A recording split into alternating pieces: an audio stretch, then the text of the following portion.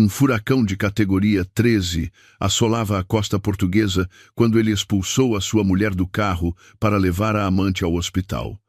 30 minutos depois, regressou apenas para ser paralisado por uma visão aterradora. No coração da tempestade, um marido impiedoso abandonara a sua mulher na autoestrada, desesperado para chegar até a sua amante, que entrava em trabalho de parto. Ele deixou-a para morrer na noite implacável. Mas quando voltou, a cena que o aguardava ficaria gravada na sua memória para o resto da vida. A mulher de voz suave que ele conhecera renascera, regressando fria, orgulhosa e armada, com uma verdade que mergulharia ele e a sua amante num pesadelo para toda a vida. A noite caiu silenciosamente sobre as quintas exclusivas de Cascais, sendo o único som o do vento feroz a assobiar através dos grandes sobreiros que ladeavam a entrada. Dentro de uma vasta cozinha moderna, Leonor Vasconcelos debruçava-se, a passar cuidadosamente um molho de cor âmbar sobre um bife da vazia perfeitamente selado. O aroma rico de manteiga e ervas misturava-se com o cheiro de batatas a murro com alho e espargos salteados a aquecer no forno. Estes eram todos os pratos favoritos de Miguel.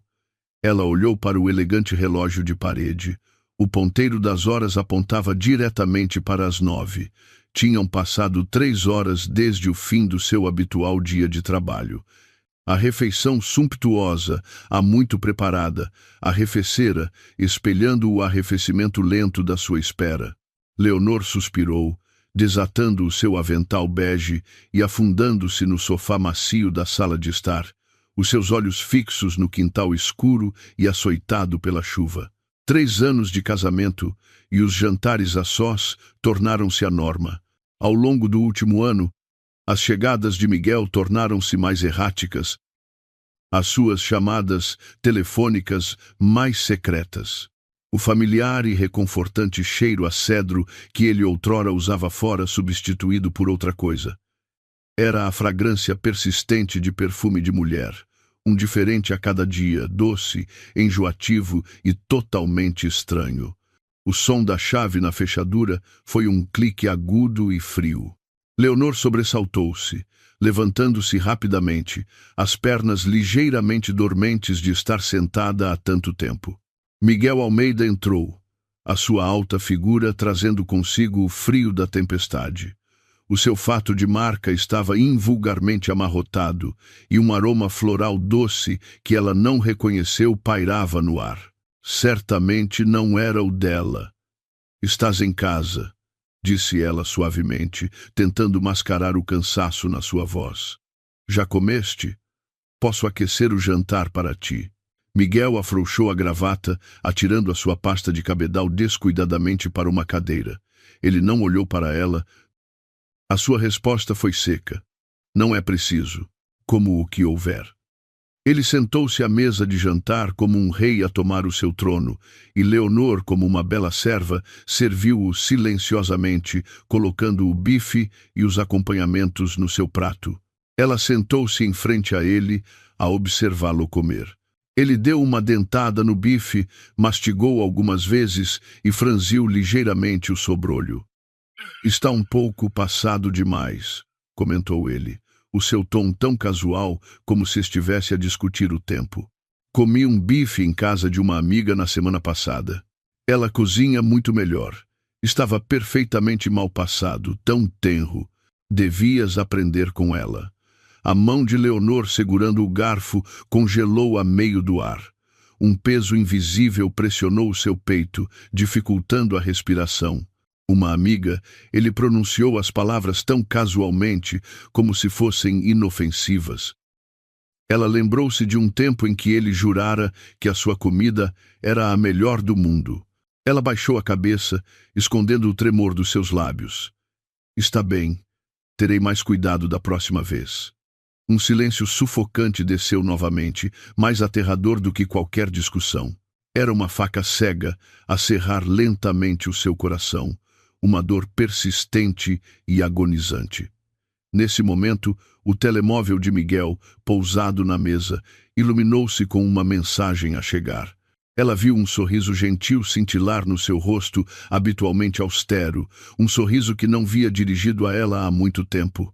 Ele pegou no telemóvel e foi para o pátio coberto, fechando a porta de vidro atrás de si, separando os seus dois mundos. Embora não conseguisse ouvir as palavras claramente, conseguia sentir a ternura na sua voz através do vidro. Sim, estou em casa.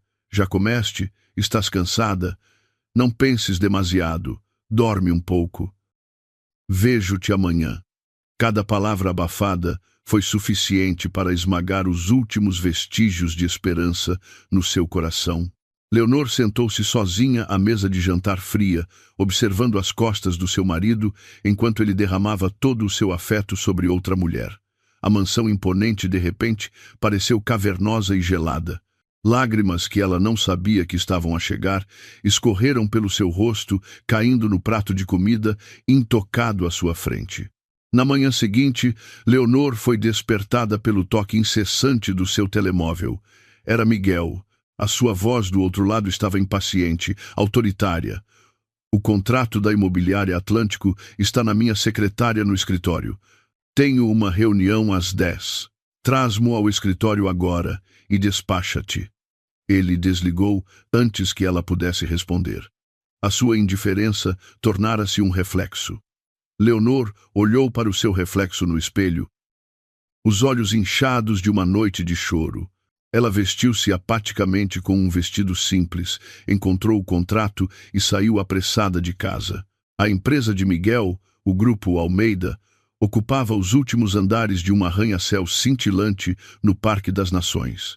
O lugar era um monumento à riqueza e ao poder, cheio de funcionários em fatos caros e elegantes a caminhar com confiança. Leonor, no seu simples vestido de cor creme, sentia-se como uma estranha num mundo que não era o seu. Apesar de ser a esposa do CEO, podia contar pelos dedos de uma mão o número de vezes que lá estivera em 3 anos. As recepcionistas olharam-na com uma mistura de curiosidade e escrutínio, embora se mantivessem profissionais. Dona Leonor, por favor, suba ao último andar. O Sr. Almeida está à sua espera. Leonor agradeceu com um aceno de cabeça e entrou no elevador executivo privado. Quando as portas se abriram no 35º andar, a primeira pessoa que viu não foi Miguel, mas uma jovem bonita num vestido de negócios justo que acentuava as suas curvas. Ela estava de pé junto à secretária de Miguel a arranjar cuidadosamente um ramo de lírios perfumados numa jarra, um ato que parecia simultaneamente mundano e perturbadoramente íntimo. Ao ver Leonor, a jovem sorriu docemente e aproximou-se. Deve ser a dona Leonor. Sou a Jéssica Santos, assistente do Sr. Almeida. Ele fala de si a toda hora. As suas palavras eram como pequenas agulhas a picar o coração de Leonor. O Miguel fala de mim? Ele mal me dirige uma palavra civilizada. Como poderia ele ter tempo para falar de mim a qualquer outra pessoa? Olá, vim deixar um documento para ele, respondeu Leonor educadamente, reprimindo as suas emoções. Jéssica levantou uma mão para prender uma madeixa solta do seu cabelo ondulado. O gesto foi deliberadamente concebido para exibir uma pulseira de platina cintilante no seu pulso esguio. Oh, esta coisa é tão pesada, fez beicinho. O senhor Almeida insistiu que me ficava bem, mas não tenho a certeza. O coração de Leonor apertou-se. Ela reconheceu aquela pulseira. Era da última coleção de um designer de joias de renome mundial. No mês passado, no aniversário de casamento deles, ela admirara um colar da mesma coleção, mas Miguel descartara-o como demasiado extravagante e frívolo. No entanto, aqui estava uma pulseira ainda mais cara no pulso da sua assistente. Percebendo a cor a desaparecer do rosto de Leonor, Jéssica sorriu para si mesma enquanto fingia entusiasmo. Por favor, sente-se. O Sr. Almeida está numa reunião, mas deve terminar em breve. Deixe-me ir buscar-lhe uma chávena de café.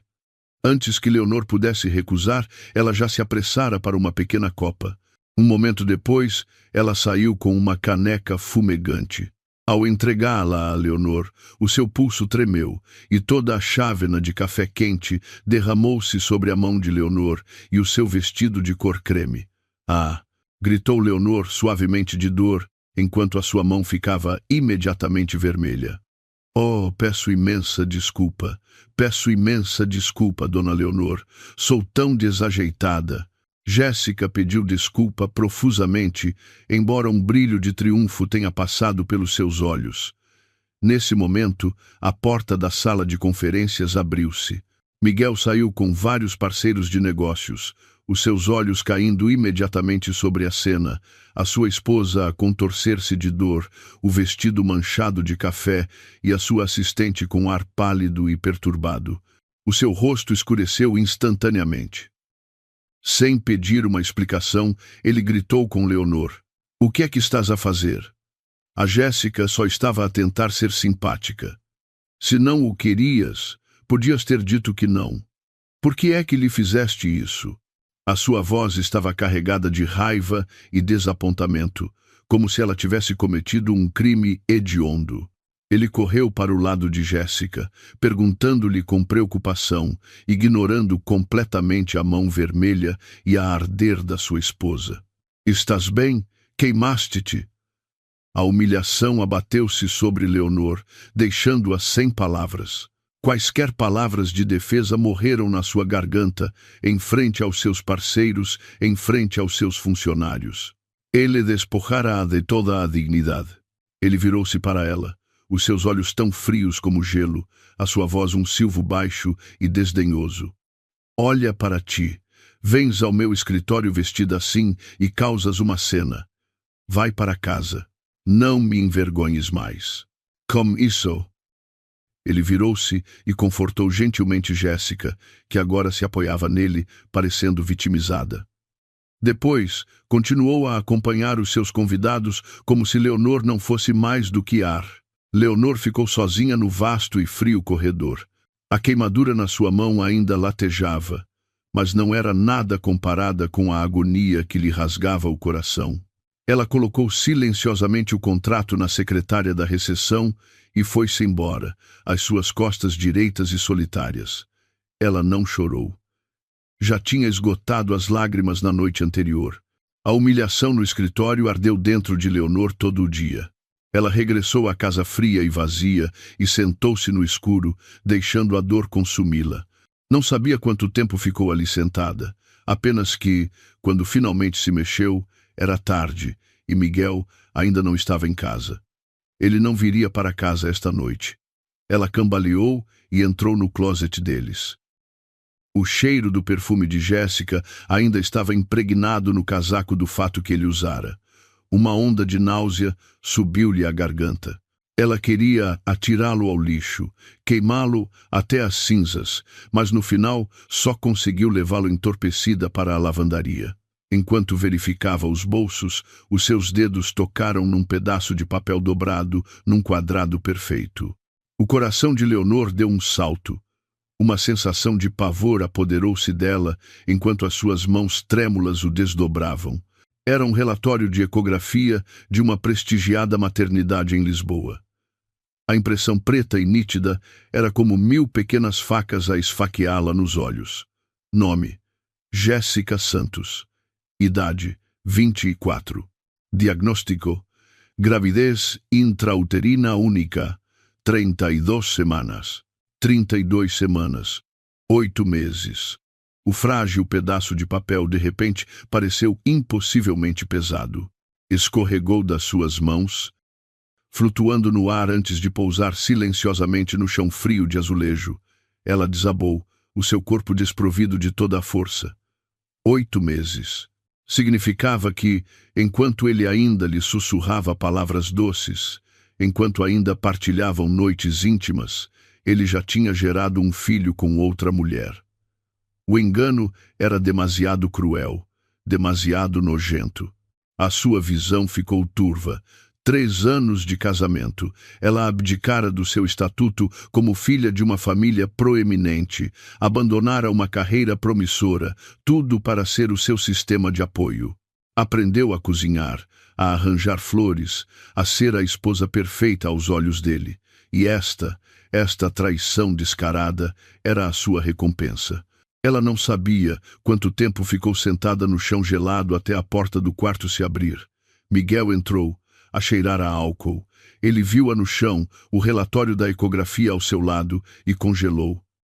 Mas não havia nenhum vislumbre de culpa ou pânico no seu rosto, apenas aborrecimento e fria indiferença. "Andaste a mexer nas minhas coisas", afirmou ele, a sua voz uma acusação baixa. Leonor levantou o olhar, os seus olhos avermelhados fixos nele. Ela pegou no relatório, a sua voz a tremer, mas cada palavra era clara. "Miguel, o que é isto?" Miguel olhou para o papel, depois para ela, a sua expressão totalmente desavergonhada. Ele nem sequer se deu ao trabalho de negar. "É exatamente o que vês. A Jéssica está grávida. É meu filho." "Por quê?" Leonor sentiu um sabor amargo subir-lhe à garganta. "Por que é que me fizeste isto?" "Por quê?" Miguel soltou uma gargalhada fria e cruel. Ele aproximou-se e sentou-se na beira da cama, olhando para ela com condescendência. "Leonor, olha bem para ti. Estamos casados há 3 anos e a tua barriga continua lisa. Preciso de um filho para continuar o meu nome, para herdar o império que tanto trabalhei para construir. Podes dar-me isso?" Cada palavra dele era um punhal a torcer-se no seu coração, a fazer sangue. Então, aos olhos dele, ela não era mais do que uma máquina de fazer filhos. E quando ela falhou no seu dever, ele estava perfeitamente disposto a encontrar uma substituta. "Então encontraste outra pessoa para ter o teu filho", sussurrou ela, as lágrimas a escorrerem pelo seu rosto. "O nosso amor, os teus votos, foi tudo uma mentira. Amor escarneceu. O amor pode se comer? Ajuda-me a fechar negócios de milhões de euros. Leonor, deixa de ser tão ingênua. Uma mulher como a Jéssica é quem me pode ajudar na minha carreira, não uma esposa que só anda pela cozinha." A verdade foi posta a nu, crua e excruciante. Ela não conseguia acreditar que o homem à sua frente era o mesmo que ela outrora amara com cada fibra do seu ser. Vendo as suas lágrimas silenciosas, ele perdeu toda a paciência. Ele levantou-se, imponente sobre ela, a sua voz a tornar-se glacial. "Tens 2 escolhas. Uma, aceitas o teu papel como Sr. Almeida e aceitas a existência da Jéssica e do meu filho. Quando o bebê nascer, tu vais criá-lo. Ele ainda te chamará de mãe." "Dua?" Ele fez uma pausa, inclinando-se para perto do seu ouvido. "Divorciamo-nos. Sairás sem nada. Lembra-te que esta casa, o teu carro, tudo está em meu nome." As suas palavras eram uma sentença de morte. Ele não lhe oferecia escapatória. Apenas uma escolha entre a humilhação e a indigência. Leonor olhou para ele através das suas lágrimas. O seu rosto familiar parecia agora monstruoso e estranho. O seu coração, naquele momento, ficou completamente dormente. Nos dias seguintes, a atmosfera na quinta de Cascais era sufocante. Leonor e Miguel viviam sob o mesmo teto como estranhos. Ele saía cedo e voltava tarde, tratando-a como se ela fosse invisível. O coração dela transformara-se em pedra. Ela não tinha mais nada a dizer-lhe. Os papéis do divórcio já estavam redigidos, à espera do momento certo. Naquela manhã, enquanto Leonor regava as suas orquídeas na varanda, Miguel saiu do seu escritório, já vestido com um fato elegante. "Prepara-te. Esta tarde, vamos de carro para o Algarve." Era uma ordem, não um pedido. Leonor virou-se, o seu olhar firme. "O Algarve? Para quê?" "É o 80º aniversário da avó." "Esqueceste-te?" perguntou ele, a testa franzida de aborrecimento com o seu suposto esquecimento. Como poderia ela esquecer? A avó dele era a única pessoa na sua família que alguma vez fora gentil com ela. Mas ela já não estava com disposição para fazer o papel da neta de lei bonita. "Não vou. Podes ir sozinho", respondeu ela ao seu tom firme. A sua desobediência claramente o irritou. Ele avançou, a sua mão grande a apertar-lhe o pulso. Leonor, não abuses da sorte. Achas que tens o direito de recusar? Deixa-me dizer-te uma coisa. Enquanto fores a Senhuá, Almeida, tens o dever de manter a minha imagem, a imagem desta família. Toda a gente lá em casa sabe que tenho uma esposa perfeita. Queres que eu perca a face em frente aos meus parentes? Imogen? Leonor riu-se. Um som amargo e quebrado. Miguel Almeida. Ainda te preocupas com a tua imagem? Quando estavas a dormir com outra mulher, a engravidá-la, alguma vez pensaste na minha dignidade? Cala-te, rugiu ele. O seu aperto a intensificar-se, fazendo o seu pulso doer. Isso é assunto meu. Não te compete a te julgar. Vais esta tarde. Não me obrigues a usar a força. Ele largou-a, deixando uma marca vermelha de raiva na sua pele pálida. Ele ajustou a gravata e virou-se para sair, lançando um último comando frio por cima do ombro. Saímos as duas. Estejas pronta e veste-te apropriadamente. Leonor observou as suas costas a afastarem-se, um ódio profundo a encher o seu ser. Ele não precisava dela por amor. Precisava dela como um belo acessório, uma fachada impecável para esconder a sua vida podre e enganadora. Naquela tarde, um elegante Mercedes preto saiu dos portões da quinta. O ar dentro do carro estava mais frio do que o ar-condicionado. Leonor olhava pela janela, observando a paisagem de Cascais a passar desfocada como um filme mudo. Miguel concentrava-se na condução, o seu rosto uma máscara imóvel. Não trocaram uma única palavra. O silêncio era pesado, opressivo. Um boletim de notícias na rádio interrompeu uma melodia suave. A voz do locutor tornou-se grave. Última hora. O Instituto Português do Mar e da Atmosfera emitiu um aviso de tempestade severa. A tempestade Helena está a intensificar-se rapidamente e prevê-se que atinja a costa, incluindo o Algarve, esta noite. Os ventos sustentados perto do centro da tempestade podem atingir os 220 km por hora, uma forte tempestade de categoria 13. Foi emitido um alerta vermelho. Aconselha-se todos os residentes a permanecerem em casa. Todos os veículos nas principais autoestradas devem procurar abrigo seguro imediatamente. Leonor virou-se para Miguel, a sua voz cheia de ansiedade. Ouviste? Vem aí uma grande tempestade. Talvez devêssemos voltar para trás. Podemos simplesmente ligar à tua avó. Miguel lançou-lhe um olhar desdenhoso. É apenas uma tempestade. Qual é o problema? Tens assim tanto medo de morrer? As notícias exageram sempre. Prometi à avó que estaria lá, e eu não quebro as minhas promessas. Mas isto é uma tempestade severa. É perigoso. Estamos a conduzir diretamente para ela. Eu disse que está tudo bem, por isso está tudo bem, retorquiu ele, a sua paciência esgotada. Agora senta-te aí quieta e não me distraias. Leonor sabia que não conseguiria fazê-lo mudar de ideias. A teimosia e o egoísmo estavam gravados no seu próprio ser. Ela só conseguiu agarrar-se com mais força ao cinto de segurança, um pavor sem nome a enrolar-se no seu estômago. Lá fora, o céu escurecia, o vento aumentava, trazendo um frio úmido e sinistro. Esta viagem parecia malfadada desde o início. O carro acelerou pela A2, a principal artéria que liga Lisboa ao sul do país.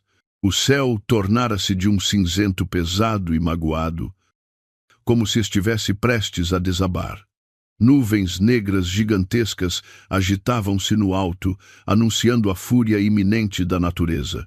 O vento começou a uivar, com rajadas tão violentas que até o pesado sedã de luxo tremia. Depois, as primeiras gotas de chuva caíram, começando como um leve chuvisco antes de se intensificarem numa chuva torrencial. A água batia contra o para-brisas em lençóis, os limpa-para-brisas a trabalhar na velocidade máxima, mas sem conseguir manter a visão clara. A visibilidade caiu para apenas alguns metros de um cinzento desfocado e aterrador. Leonor agarrou a sua mala, o seu corpo tenso. Conseguia sentir o perigo a aproximar-se. Miguel, isto é demasiado perigoso. Por favor, encontra uma saída, uma área de serviço, qualquer coisa. Precisamos de esperar que passe. A sua voz era fraca de medo. Conduzir nisto é suicídio. O rosto de Miguel permaneceu uma máscara de desafio de pedra. Ele agarrou o volante, os seus olhos semicerrados, a esforçar-se para ver a estrada à frente. A ferocidade da tempestade não fez nada para suavizar a sua obstinação. A saída está mesmo ali à frente. Estamos quase a chegar. Para de fazer uma cena, gritou ele, a sua voz afiada de irritação. Ele odiava este tempo e odiava o medo dela. Nesse momento, acima do rugido da chuva e do guincho do vento, o seu telemóvel tocou, um som estridente e urgente. O ecrã iluminou-se, exibindo um único nome: Jéssica. Instantaneamente, a irritação e a teimosia desapareceram do rosto de Miguel, substituídas por uma ansiedade inconformável. Ele atendeu rapidamente, colocando a chamada em alta voz para poder conduzir. Jéssica, o que se passa? A sua voz era subitamente gentil, uma ternura que Leonor não ouvia há anos. Do outro lado, veio a voz de Jéssica em pânico, a soluçar, pontuada por respirações ofegantes. Miguel, onde estás? Ajuda-me. A minha barriga dói tanto. O coração de Miguel parou. Onde estás? O que aconteceu? Acalma-te e diz-me. Eu caí na casa de banho. Agora estou com estas cólicas horríveis. Achou. Acho que as águas rebentaram. O grito de dor de Jéssica ecoou pelo carro. Miguel, estou com tanto medo. O nosso bebê. O nosso bebê vai ficar bem? Por favor, volta para mim. Acho que estou em trabalho de parto. Em trabalho de parto? As palavras atingiram Miguel como um raio. O seu rosto ficou branco como um fantasma. O seu filho, o filho por quem ele esperava, estava prestes a nascer. Naquele momento, tudo o resto deixou de existir. A festa da sua avó, a tempestade de categoria 13, os perigos da autoestrada, tudo foi apagado da sua mente. Tudo o que conseguia imaginar era Jéssica em agonia e o seu filho por nascer. Não tenhas medo. Não tenhas medo. Fica onde estás. Estou a voltar para ti agora mesmo. Estou a voltar, gritou ele para o telemóvel, a sua voz frenética. Sem um momento de hesitação, sem um segundo pensamento, Miguel Almeida fez algo insano. Ele virou o volante com força para a esquerda. O Mercedes preto desviou-se violentamente, iniciando uma inversão de marcha brusca diretamente no meio da autoestrada, na trajetória do tráfego que vinha em sentido contrário, obscurecido pela chuva ofuscante. Screech. O som da buzina de um caminhão e o som torturado dos seus travões encheram o ar, juntamente com as maldições furiosas do motorista. Leonor gritou, o seu corpo projetado para a frente contra o cinto de segurança. O seu coração parecia que ia saltar do peito. Miguel, estás louco? Gritou ela. A sua voz a quebrar-se de terror. O que estás a fazer? Queres morrer? Mas Miguel não ouviu nada. Os seus olhos estavam injetados de sangue, a sua mente consumida por Jéssica e pelo seu filho. Ele completou a viragem imprudente. Pisou no acelerador, e o carro rugiu, acelerando de volta na direção oposta, de volta a Lisboa, deixando para trás uma cacofonia de buzinas zangadas e um desastre quase fatal. O carro voou como uma besta enlouquecida através da cortina branca de chuva. Leonor ainda estava a recuperar da manobra aterradora. Ela olhou para o homem ao seu lado, o homem a quem uma vez chamou de marido. O seu rosto era agora uma máscara estranha de loucura. Os seus olhos veados de vermelho, os seus traços torcidos por um desespero frenético.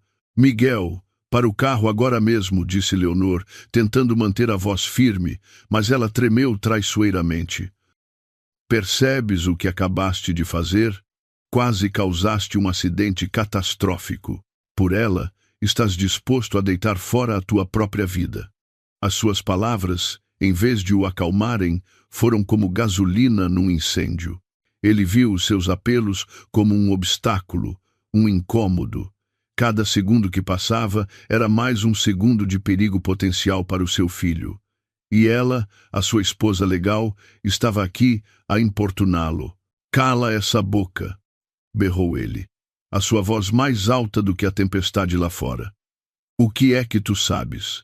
Aquele é o meu filho, o herdeiro da família Almeida. A tua vida vale mais do que a dele?"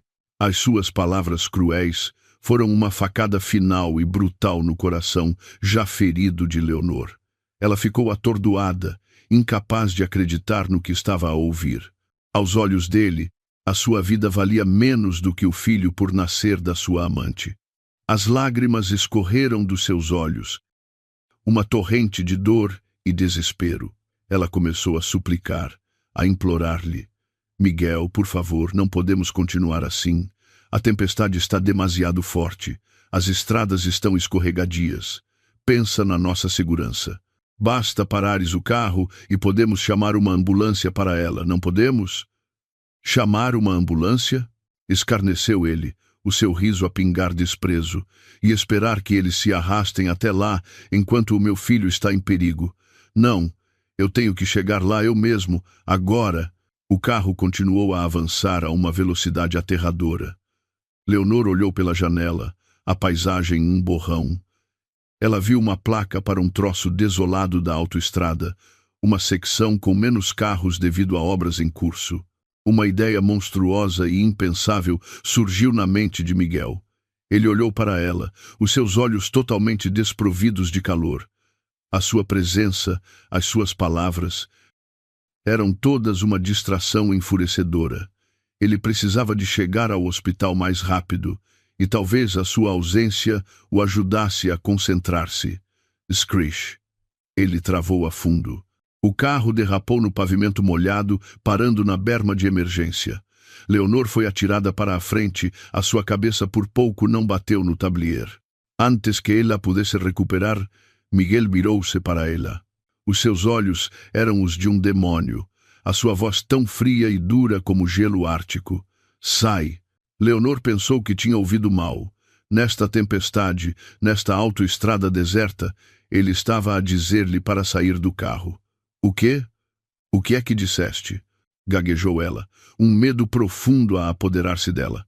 "Eu disse, sai já da porra do meu carro", rugiu ele. Desta vez, a crueldade na sua voz era indisfarçável. "Tu és uma maldição. Perdi tanto tempo por tua causa. Agora, sai." Com isso, ele desapertou o seu próprio cinto de segurança, atirou-se sobre a consola e abriu a porta dela. Uma rajada de vento e chuva gelada entrou no carro. "Não, Miguel, não podes fazer isto. Se me deixares aqui, eu morro." Leonor gritou em pânico, tentando fechar a porta, mas não era rival para a sua força.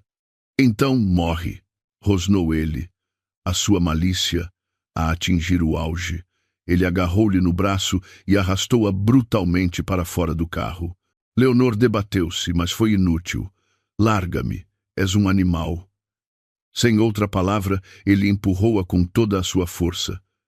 Leonor caiu estatelada no asfalto frio e arenoso. A água da chuva e a lama encharcaram instantaneamente as suas roupas. A queda foi dolorosa, mas a dor física não era nada comparada com o estilhaçar do seu coração. Ele ainda não tinha acabado. Ele voltou ao carro, pegou na mala dela e atirou-a para a estrada ao lado dela, o seu conteúdo espalhado pelo chão molhado. Ele ficou junto à porta aberta, a olhar para ela como um deus poderia olhar para um inseto. A sua voz, fria e venenosa, cortou a tempestade, gravando-se na sua alma. "Ouve-me, Leonor. A vida do meu filho é mais importante do que a tua." Ele bateu a porta, voltou para o lugar do condutor e o motor rugiu uma última vez. O Mercedes preto disparou para a frente, desaparecendo rapidamente no véu branco da chuva, deixando-a sozinha na autoestrada desolada, abandonada à fúria total dos céus. Leonor ficou deitada no asfalto, a tempestade a açoitar. Ela já não sentia o frio, já não sentia a dor. Ela olhou na direção para onde o carro desaparecera e começou a rir. Era um som lúgubre, desolado, perdido no uivo da tempestade, o som de um coração a partir-se pela última vez. A chuva continuou o seu ataque implacável, mas Leonor Vasconcelos não sentia nada. Deitada no pavimento da A2, o seu vestido encharcado e manchado de lama. A dor física era um eco distante comparado com a agonia de um coração estilhaçado para além de qualquer reparação. O desespero atingira o auge e depois recuara, deixando no seu rasto uma calma aterradora. As lágrimas tinham desaparecido. Não havia mais para chorar. Ela riu-se. O som começou como um leve tremor na sua garganta, antes de irromper num uivo cru e desolado que se misturou com o rugido da tempestade. Era o riso da libertação, de um fim. Miguel Almeida, tu mataste pessoalmente a esposa que te amava com toda a sua alma. A partir deste momento, a Leonor que conhecias está morta. Com uma mão trêmula, ela procurou a sua mala. Milagrosamente, o seu telemóvel estava intacto, embora escorregadio de chuva. O ecrã iluminou-se.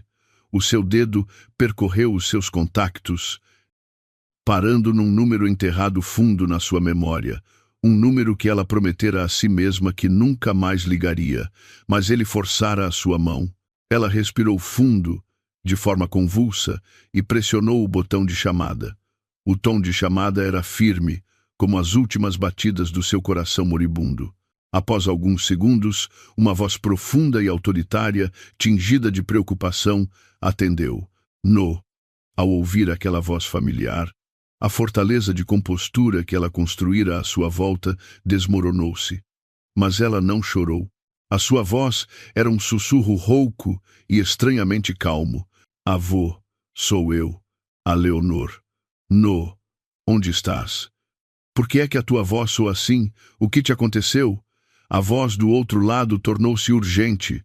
Estou bem, respondeu Leonor, os seus olhos fixos no vazio da tempestade. Estou na A2, a vir da cidade, perto do quilômetro 158. Estou retida. Ela não mencionou ter sido atirada do carro. Nem uma palavra de queixa. Ela simplesmente indicou a sua localização.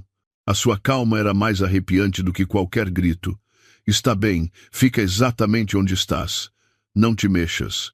Mantém o teu telemóvel contigo.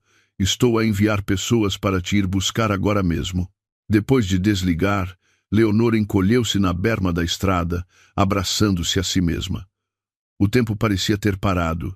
10 minutos, 20 minutos. A chuva começou a abrandar, mas o céu permaneceu negro como breu.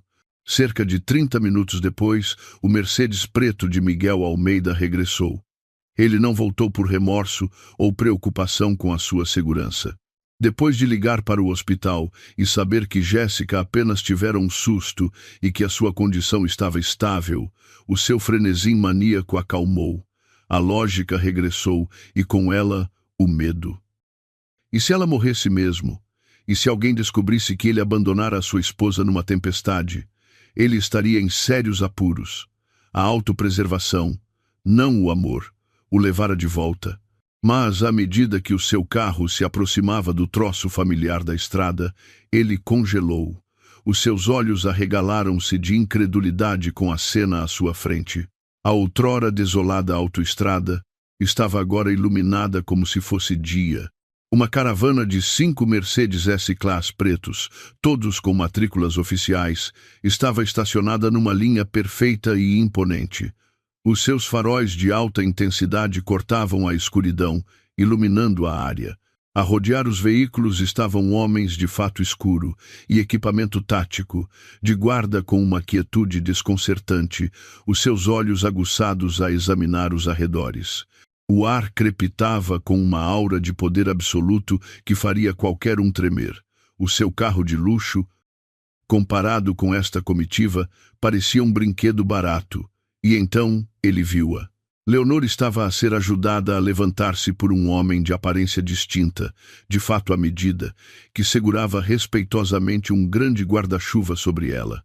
Um pesado casaco de aspecto oficial estava sobre os seus ombros, protegendo a sua pequena e encharcada figura. O homem abriu cuidadosamente a porta do veículo da frente, um Mercedes blindado, e ajudou-a a entrar. Pouco antes de a porta se fechar, o olhar de Leonor percorreu a cena. Pousou no seu carro, os seus olhos encontrando os dele, aterrorizados. Não havia ódio no seu olhar, nem dor. Era tão frio como um glaciar milenar, tão afiado como uma lâmina a perfurar diretamente a sua alma. Era o olhar de uma estranha, cheio de desprezo e finalidade absoluta. A porta fechou-se. A formidável caravana começou a mover-se, afastando-se com uma graça silenciosa e intimidante, deixando Miguel Almeida sozinho no seu carro. O seu rosto estava pálido, as suas mãos a agarrarem o volante, ainda a tremer incontrolavelmente. Suor frio brotava na sua testa. Matrículas oficiais, uma escolta de segurança. Leonor, com quem exatamente é que ele se casara? E o que é que ele acabara de deitar fora? Um pavor terrível e sem precedentes consumiu-o. Ele sentiu como se tivesse acabado de olhar para o abismo.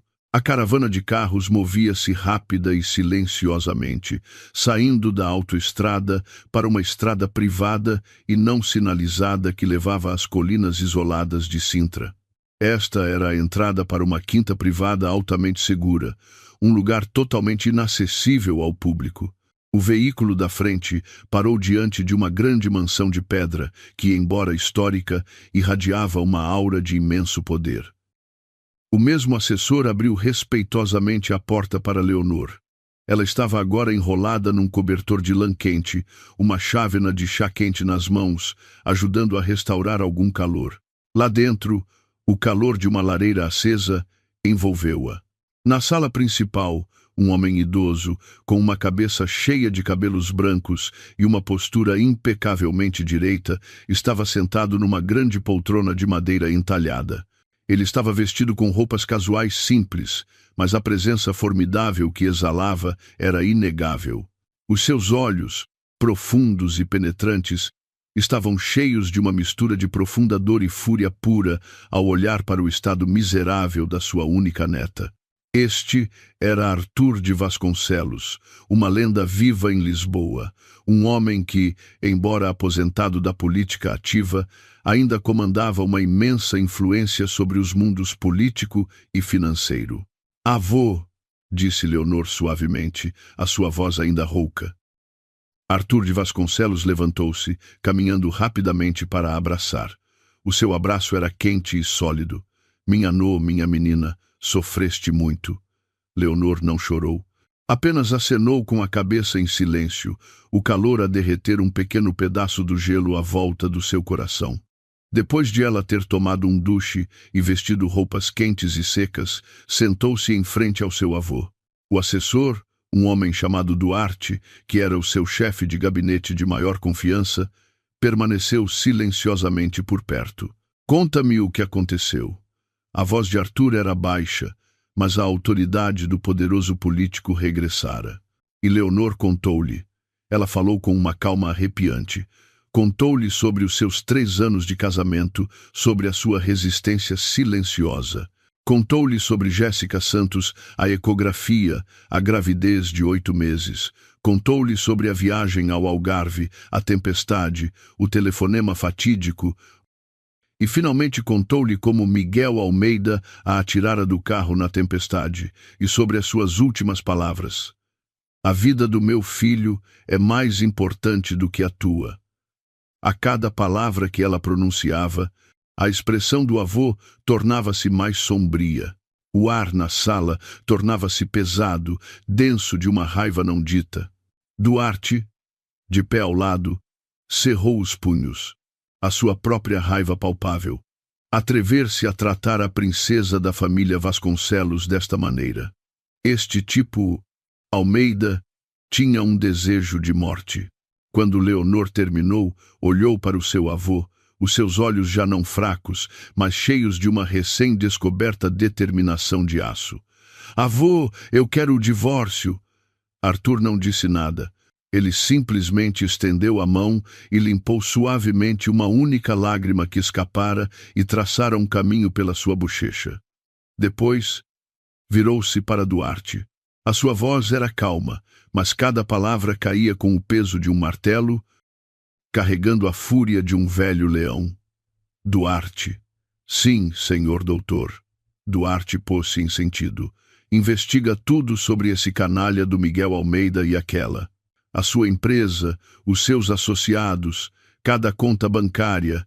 Quero um relatório completo na minha secretária dentro de 1 hora.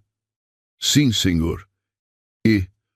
Arthur fez uma pausa, uma luz fria a brilhar nos seus olhos. Faz uma chamada para o Ministério das Finanças. Usa a nossa influência.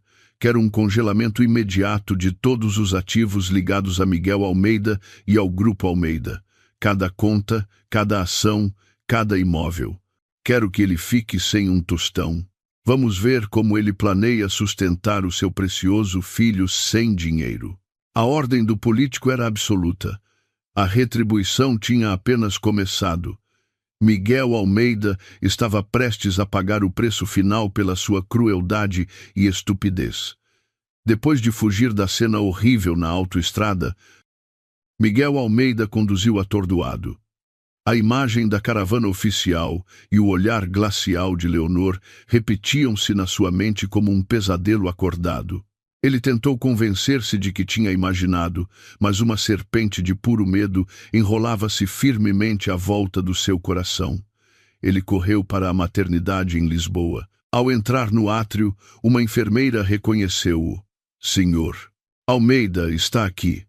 A menina Jéssica foi transferida para um quarto normal. O médico disse que foi um falso alarme, apenas algum desconforto de um ataque de pânico. O bebê está bem. Mas, o quê? Exigiu Miguel, o seu coração a bater descompassado. Mas o bebê nasceu. É uma menina. 8 quilos. O quê? Uma menina? Miguel ficou atordoado, sentindo como se um balde de água gelada lhe tivesse sido atirado à cara. Uma menina, não um filho. Jéssica tinha feito várias ecografias. Os médicos sempre tinham dito que era muito provavelmente um rapaz. Uma onda de amarga desilusão abateu-se sobre ele, extinguindo o resto da sua ansiedade. Ele desafiara uma tempestade, deitara fora a sua esposa, tudo por um herdeiro masculino, e o resultado era uma filha. A sensação de ter sido enganado encheu-o de raiva. Ele invadiu o quarto do hospital. Jéssica estava deitada na cama, com ar exausto, mas ainda a tentar parecer fraca e digna de pena. Miguel, vieste, choramingou ela. Estava com tanto medo. Mas Miguel não estava com disposição para a confortar. Por que é que é uma menina? Perguntou ele friamente. O rosto de Jéssica endureceu. Eu não sei, gaguejou ela. O médico disse que as ecografias às vezes podem estar erradas. Erradas? Rosnou ele. Mentiste-me. Enquanto discutiam, o telemóvel de Miguel tocou. Era o seu diretor financeiro. Ele atendeu impacientemente. Senhor Almeida, é um desastre. Todas as contas da empresa e as suas contas pessoais foram todas congeladas. O banco acabou de dizer que foi uma diretiva dos mais altos níveis. Eles não dão uma razão. Congeladas? Impossível! Gritou Miguel.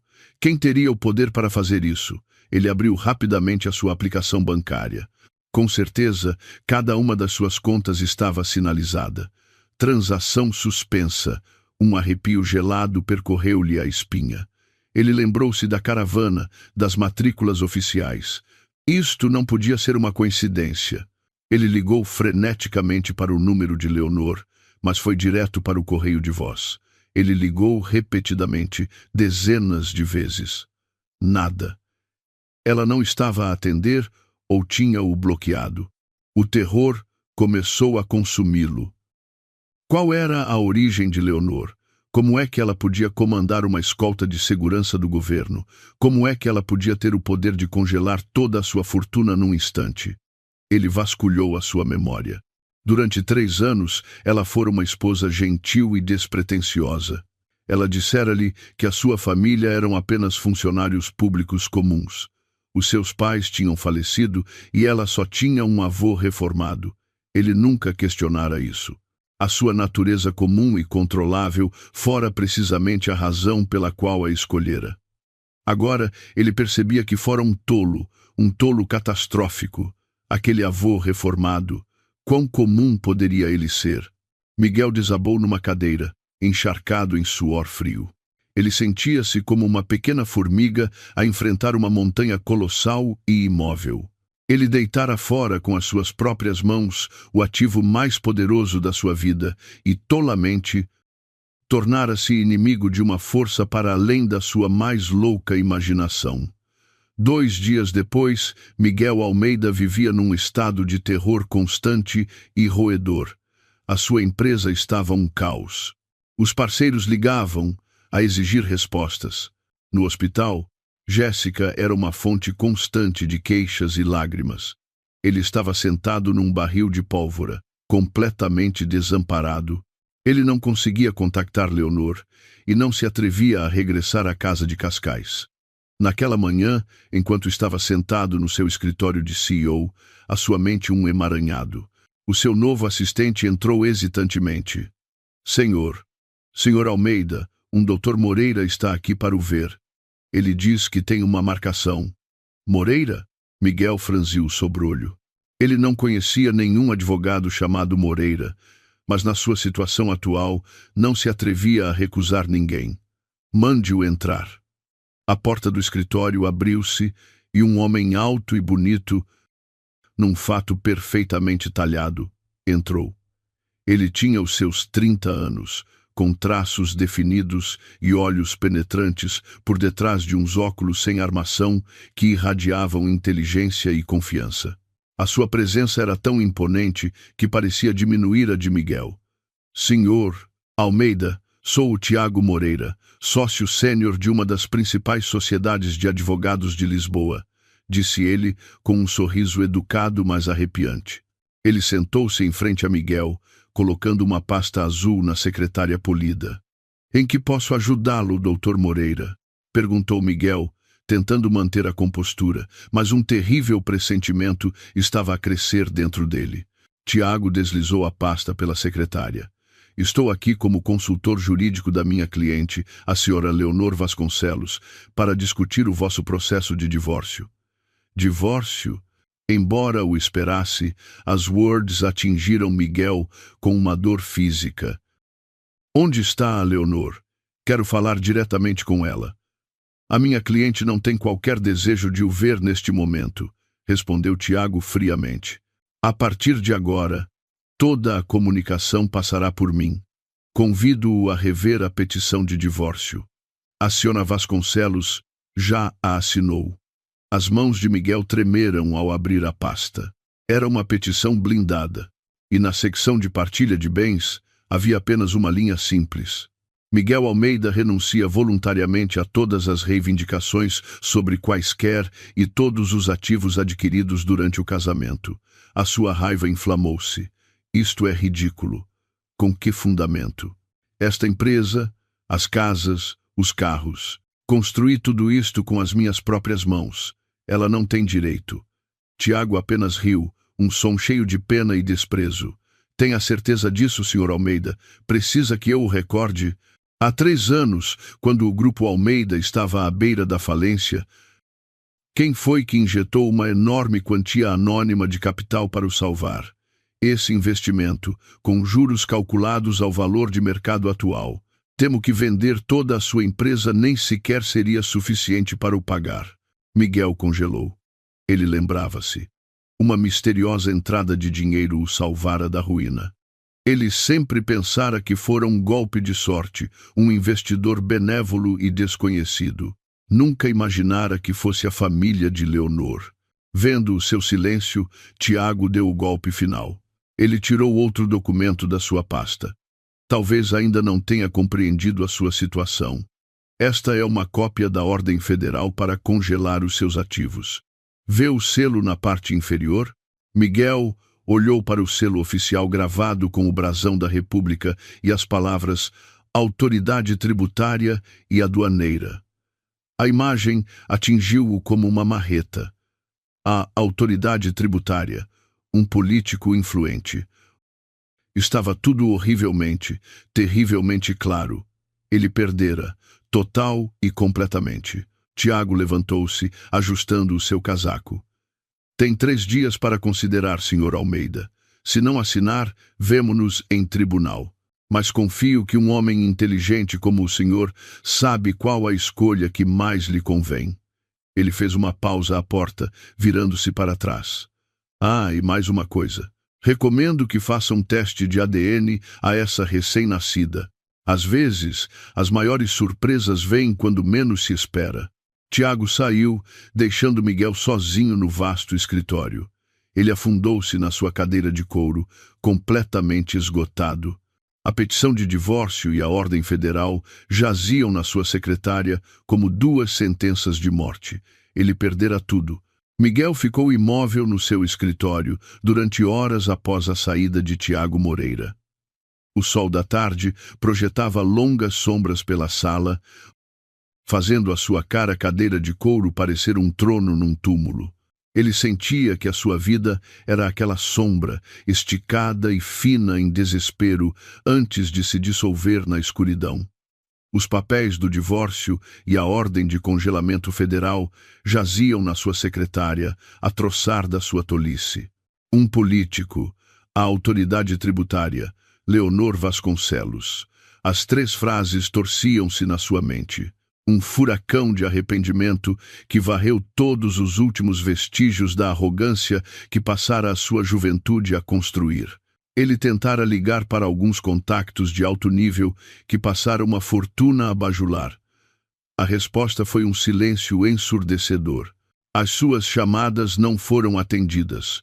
Ou se eram atendidas, a pessoa do outro lado gaguejava uma desculpa sobre uma reunião e desligava.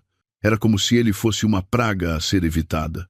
Ele compreendeu então, nos corredores do poder.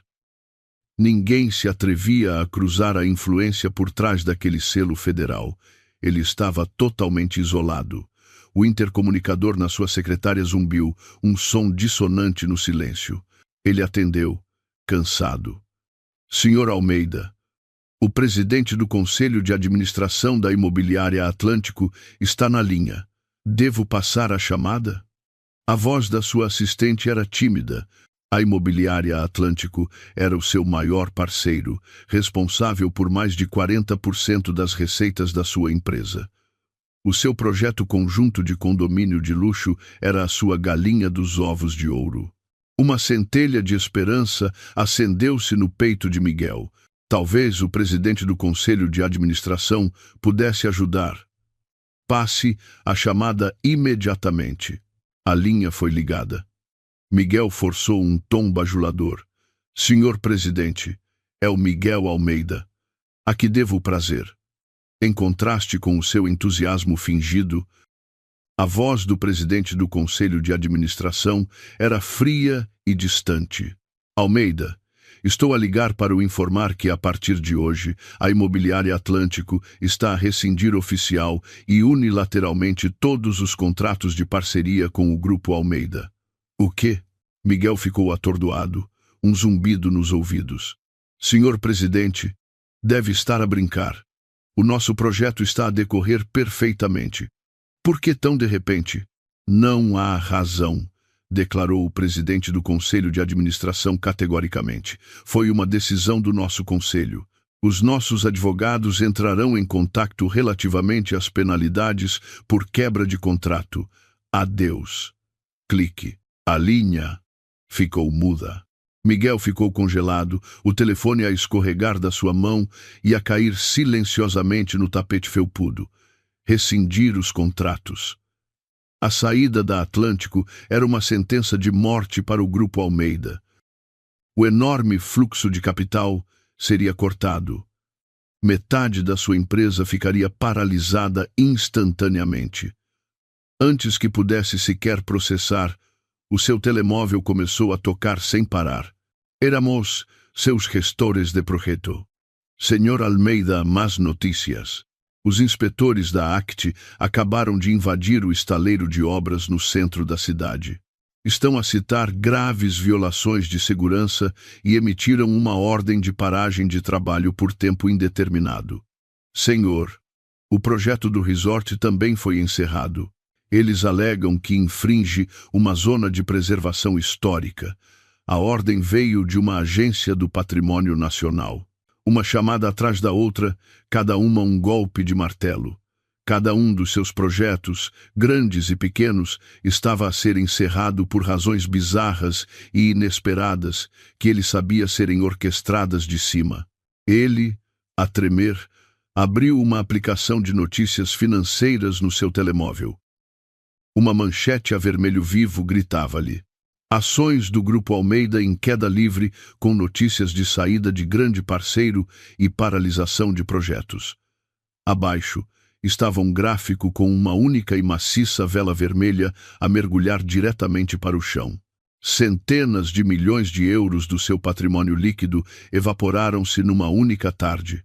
A primeira onda do ataque foi rápida, brutal e precisa, não lhe deixando espaço para se defender.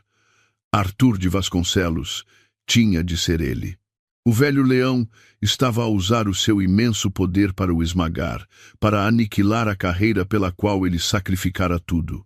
Miguel inclinou a cabeça para trás, a olhar para o teto ornamentado. Ele começou a rir, um som torcido e amargo. Ele finalmente compreendeu. Isto não era uma batalha, era um massacre. Enquanto Miguel Almeida testemunhava o colapso do seu império, Jéssica Santos perdia-se em devaneios sobre a vida luxuosa que a esperava no hospital. Hoje era o seu dia de alta. Deitada numa suíte VIP, cuidada por enfermeiras, ela estava convencida de que finalmente conseguira. Embora o bebê ser uma menina fosse uma pequena desilusão, ela acreditava que, com o seu charme, Miguel ainda as mimaria. Ele estava tão apaixonado por ela. Afinal, ela vestiu um vestido de marca novo, aplicou uma maquilhagem leve e segurou a sua bebê, à espera do seu futuro marido. Ela imaginou a cena. Miguel entraria com um enorme ramo de rosas, beijá-la-ia eternamente, e depois a sua nova família de 3 iria para casa para uma bela mansão nova que ele lhes comprara. Mas o homem que entrou foi Miguel, o seu rosto sombrio, os seus olhos injetados e abatidos. Não havia flores, nem palavras doces. Ele apenas atirou uma mala de viagem para a cama. Arruma as tuas coisas. Vamos embora. A sua voz era oca. Jéssica ficou surpreendida.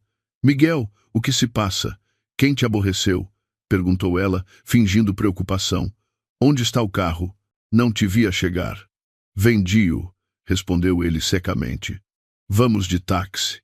Vendeste o carro? Por quê? Chorou ela, incrédula. Era um Mercedes de edição limitada. Depois ela insistiu. E para onde vamos? Já compraste uma casa para nós? Não quero viver num apartamento, sabes? Quero uma casa com um quintal, perto de uma boa escola privada para a nossa filha. Ela continuou com as suas exigências como se fossem o seu direito de nascença. Ah, e para a celebração de 1 mês do bebê, estava a pensar naquele restaurante francês na praça. Cala-te! Rugiu Miguel de repente, estilhaçando a sua fantasia. A raiva que fervia há dias finalmente explodiu. Jéssica saltou e a bebê nos seus braços começou a chorar. Ela nunca o vira tão zangado com ela. Tu gritaste comigo? Começou ela, recorrendo à sua tática habitual. Miguel Almeida, és humano. Acabei de dar à luz o teu filho. O meu corpo ainda está fraco. Se não podes mostrar-me compaixão, pelo menos não grites comigo. Os seus olhos encheram-se de lágrimas, mas o seu teatro perdera o poder sobre ele. Ele olhou para ela com puro nojo.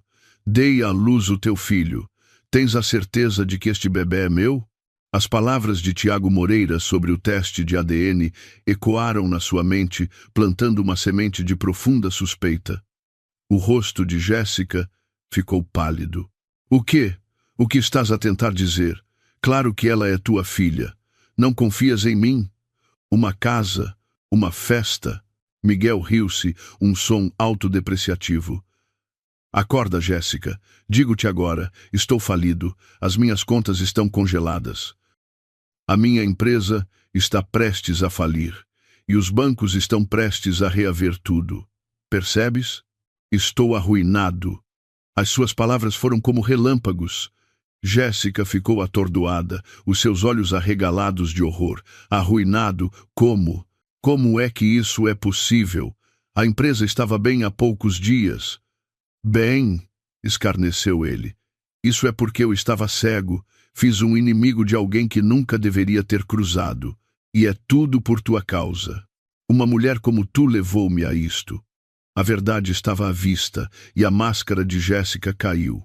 A sua natureza gananciosa e materialista foi exposta. O que estás a dizer? Estás a culpar-me? Gritou ela. És um inútil, Miguel Almeida. Porque achas que eu estava contigo? Era pelo teu dinheiro. Agora, dizes-me que estás falido? Como é que a minha filha e eu vamos viver? Tu. Miguel ficou sem palavras. Então, o amor que ela sempre professara era uma mentira. A discussão deles escalou, atraindo a atenção de enfermeiras e outros pacientes. A bebé chorava mais alto. O outrora tranquilo quarto VIP era agora uma cena de caos. No final, sem dinheiro para pagar a conta do hospital, Miguel teve de engolir o seu orgulho e ligar a todos os que conhecia, a implorar por empréstimos, a suportar as rejeições frias de homens a quem uma vez chamou de amigos. Levou-lhe até a noite para juntar dinheiro suficiente para dar alta a Jéssica. Os dois saíram do hospital a tropeçar. Sem casa, sem carro, sem um tostão. O seu futuro era tão escuro como a noite de Lisboa que descia à sua volta. Depois de sair do hospital, Miguel teve de alugar um pequeno quarto úmido numa zona degradada da Amadora para viver. Ele estava a ser enlouquecido pelas constantes queixas de Jéssica e pelo choro incessante do bebé. Mas o seu inferno pessoal estava apenas a começar. Na segunda-feira de manhã, após uma viagem de autocarro lotada, ele chegou ao seu edifício de escritórios e deparou-se com uma visão horrível. Vários sedãs pretos do governo da autoridade tributária estavam estacionados em frente. Ao entrar no átrio, 2 agentes de ar sombrio, de fato, bloquearam-lhe o caminho. É o Miguel Almeida, CEO do Grupo Almeida?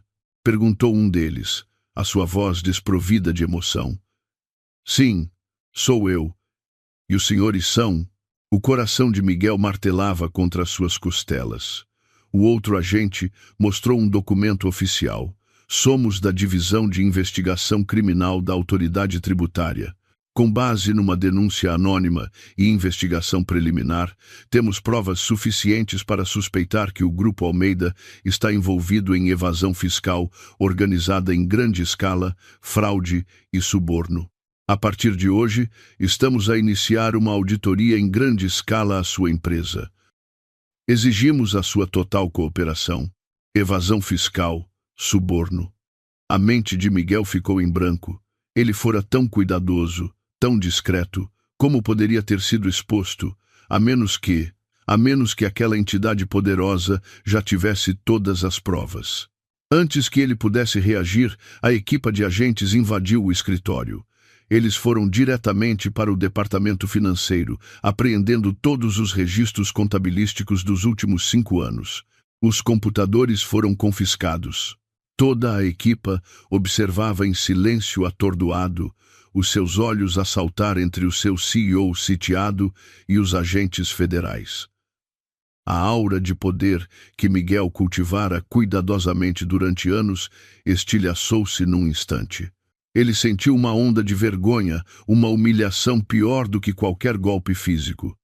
Senhor Almeida, por favor, acompanhe-nos à nossa sede para interrogatório, disse um agente. o seu tom não deixando espaço para recusas. Ele foi levado como um criminoso.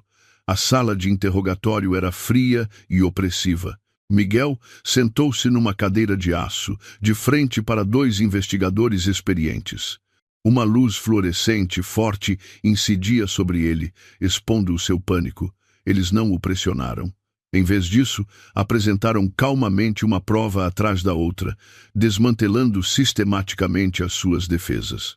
Senhor Almeida, poderia explicar esta taxa de consultoria de 5 milhões de euros paga ao chefe da Comissão de Planeamento Urbano em março passado?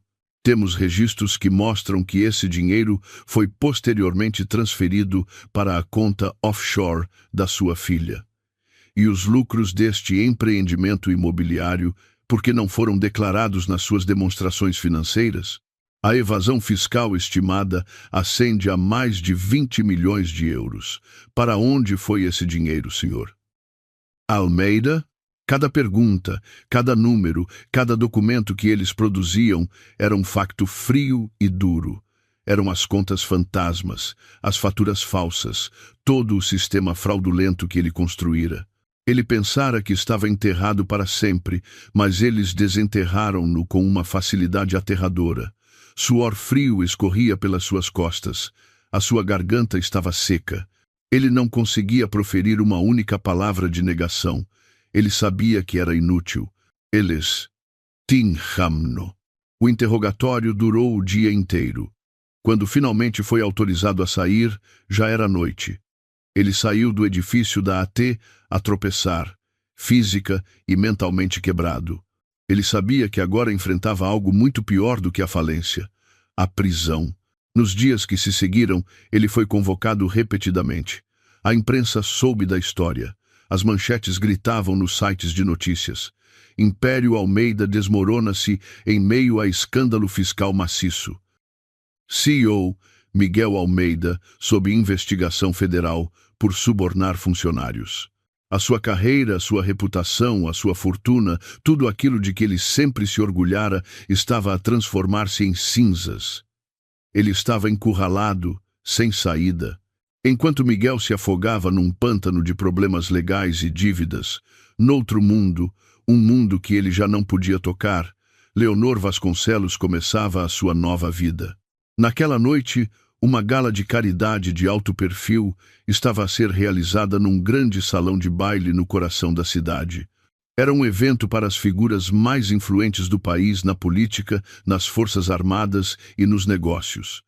Os flashes das câmaras eram implacáveis. Cada convidado que passava pela passadeira vermelha era um nome que podia abalar as fundações da economia portuguesa. De repente, todo o salão ficou em silêncio.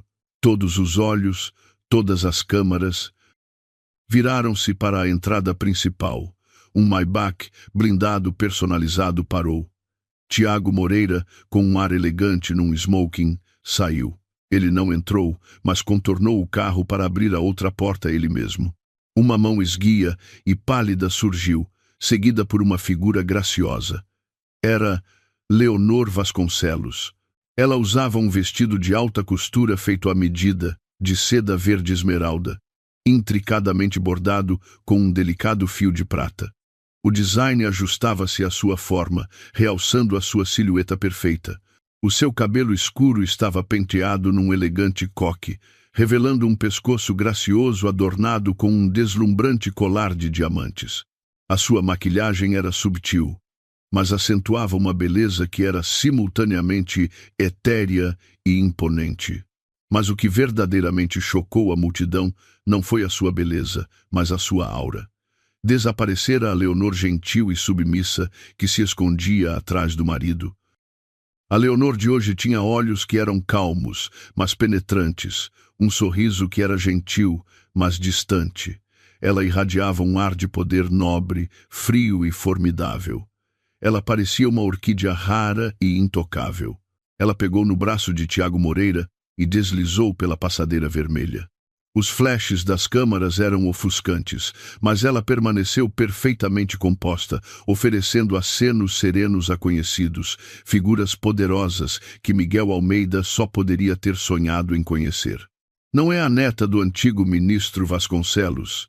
Há tanto tempo, mais bonita do que nunca, um secretário de Estado cumprimentou-a com um sorriso caloroso. Menina Vasconcelos, ouvi dizer que o empreendimento de biotecnologia em que investiu está a mostrar resultados incríveis. Um verdadeiro prodígio, observou um general de 4 estrelas com admiração. Ela simplesmente sorriu e ofereceu respostas modestas. A sua aparição ao lado de Tiago Moreira, a águia jurídica de Lisboa, imediatamente gerou uma onda de especulação. A sua imagem resplandecente foi transmitida em direto num canal nacional de notícias financeiras. Num quarto apertado e miserável na Amadora, Miguel Almeida estava encolhido num colchão flácido, a beber uma garrafa de uísque barato.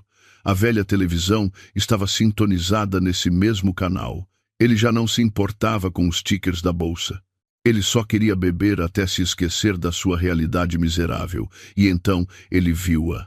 A imagem de Leonor encheu o ecrã, bela como uma deusa, a irradiar poder no braço de um homem distinto. Ela estava a sorrir, um sorriso genuíno que ele nunca vira antes. Crash! A garrafa de uísque escorregou da sua mão e estilhaçou-se no chão. Ele arrastou-se em direção à televisão, os seus olhos arregalados de incredulidade. Aquela mulher régia, principesca, era mesmo a Leonor? A mesma esposa que ele abandonara cruelmente numa tempestade? Ele ouviu as palavras bajuladoras do comentador. A neta do lendário político Arthur de Vasconcelos, uma investidora brilhante por direito próprio, a joia da coroa da família Vasconcelos. Cada palavra era uma agulha a perfurar o seu coração. Ele compreendeu tudo. Ele deitara fora um diamante de valor incalculável para apanhar uma pedra sem valor. Ele destruíra com as suas próprias mãos a única ponte que o poderia ter levado ao verdadeiro pico do poder. Um arrependimento e terror avassaladores apoderaram-se dele. Ele percebeu que não perdera apenas uma esposa, perdera o mundo inteiro. Ele afundou-se no chão imundo, agarrando a cabeça, e soltou um uivo gutural e desesperado. Mas era demasiado tarde. No mais luxuoso escritório de advocacia de Lisboa, Tiago Moreira recostou-se na sua cadeira de couro, os seus olhos a percorrer os documentos que o seu assistente acabara de entregar. Ele era um homem de eficiência letal. Para ele, a vingança perfeita não era um esmagamento ruidoso e brutal de um oponente, mas um despojamento lento e inteligente das suas máscaras, deixando-os cair no abismo da sua própria criação da forma mais dolorosa e humilhante possível. Miguel Almeida estava quase acabado, mas a carta final, Jéssica Santos, ainda não fora jogada. Doutor Moreira, este é o ficheiro completo sobre Jéssica Santos que pediu, informou o jovem assistente. Tiago dispensou-o com um aceno. Ele virou as páginas, um sorriso frio a formar-se nos seus lábios. O passado desta aparentemente inocente jovem assistente era, como ele suspeitava, longe de ser limpo. O relatório era exaustivo.